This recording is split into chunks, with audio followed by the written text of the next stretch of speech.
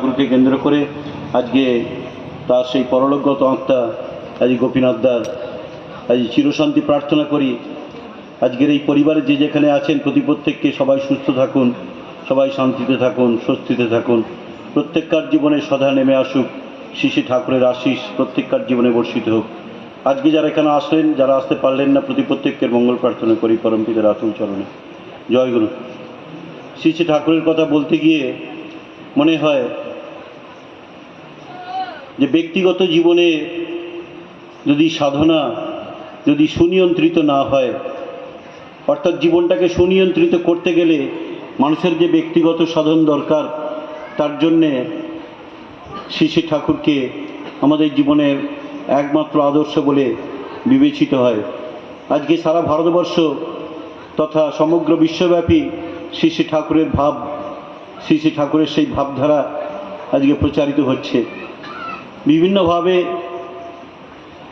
আমরা এক একটি মানুষ তার যে যেমন তার সামর্থ্য অনুযায়ী শ্রী ঠাকুরকে বয়ে নিয়ে যাওয়ার একটা প্রাণ প্রত্যেককার মধ্যেই আছে।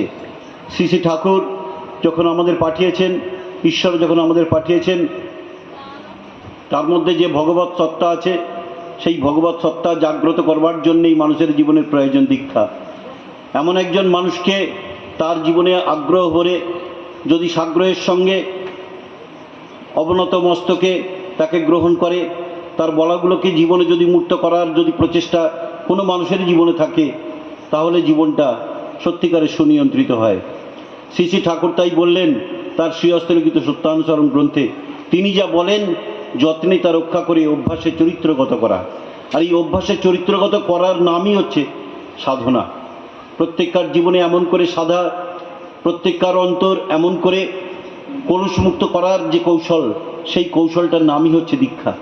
দীক্ষা মানে জীবনটাকে বাড়বাড়ন্ত করে তোলা, জীবনে কেমন করে বেঁচে থাকা যায়, জীবন করে তার জীবনের যে বাড়ন্ত অবস্থাটাকে কেমন করে সমগ্রভাবে জীবনটাকে কেমন করে এগিয়ে নিয়ে যাওয়া যায়, তার কৌশল সৎসঙ্গের মধ্যে আজকে দিকে দিকে প্রচারিত হচ্ছে তার বলা যাজনের মধ্যে দিয়ে।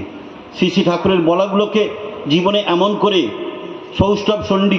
সৌষ্ঠব মণ্ডিত করে কেমন করে করা যায়, সেই জন্য গুরু ভাইদের প্রচেষ্টা সকলকার মধ্যেই থাকে।